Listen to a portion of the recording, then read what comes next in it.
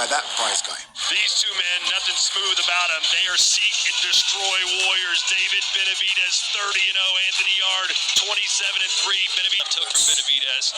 Countering to the body, that's pretty smart right there, because There's a good right from Benavidez. it keeps Benavidez from throwing those combinations he likes to unleash if you're countering to the body.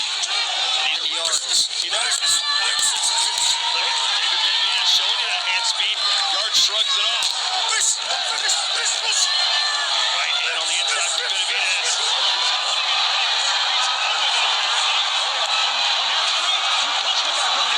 My boxing family, what is going on? It is your boy Martin, aka the Boxing Purist. Welcome once again to the Truth and Absolute channel, where I speak the truth and nothing but the truth, so help me good God Almighty. Alright y'all, what is going on? How's everybody doing? What is good in the world of boxing? I'm gonna tell you what's good in the world of boxing, and I'm gonna tell you right now the great, amazing, and you guys are going to see why, position that David Benavidez is currently in. Okay, so now David Benavidez got a dominant performance over Anthony Yarde this past weekend in Saudi Arabia, where he put out pretty much a shutout win over the veteran Anthony Yarde. Yarde came in looking like a little bodybuilder, man. I don't know what's up with that guy. He always does that. It's not good in a professional fight, man, but whatever. I just had to point that out. Anyway, David Benavidez, this is his third fight at 175. Now, if you guys remember a while back when he fought that one dude whose name I could never pronounce, but if it was his first fight at 175, we all said, or at least a few of us, that he should do a few fights at 175 before he starts jumping up to the big names, right? It would just be better for him. Don't jump in right to the big guns, right? Don't take those chances. You don't need to yet. You're young. You're new to the division. Just kind of feel it out. Work your way in, and it's going to benefit you. And let me tell you guys something that we overlooked is a certain way that it benefits him that is to his absolute advantage.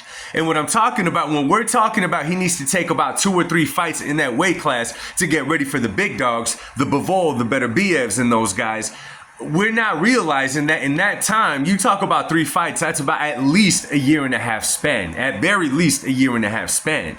We forget the ages of people like Bivol and beterbiev, which are the big dogs in the 175 division. Now, that right there does not go against David, because David is what, 27, 28 years old?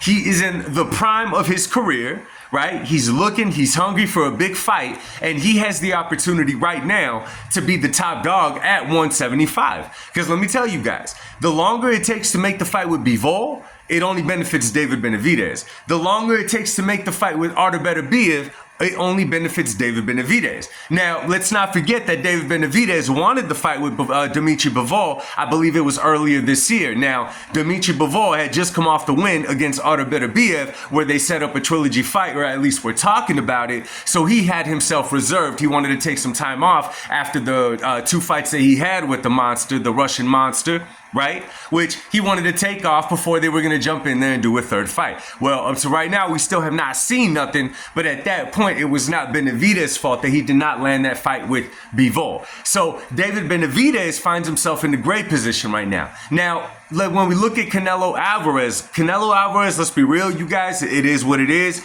He's had an amazing career, but it's coming to an end. It's definitely coming to an end. You know, all-time great, all of that, but it's coming to an end.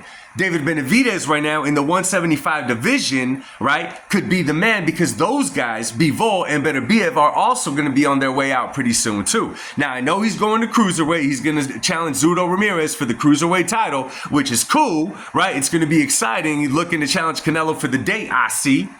But it all works out for David Benavidez, in my opinion, if he stays at 175 for now. I don't know how easy it is for him to make weight or none of that, but he's going to be the go-to guy for that division, because there's about to be no one at the likes of that star level like a David Benavidez. The man had his name tied with Canelo for a very long time. The man inside the ring is explosive, throws punches in bunches, and the people like seeing that.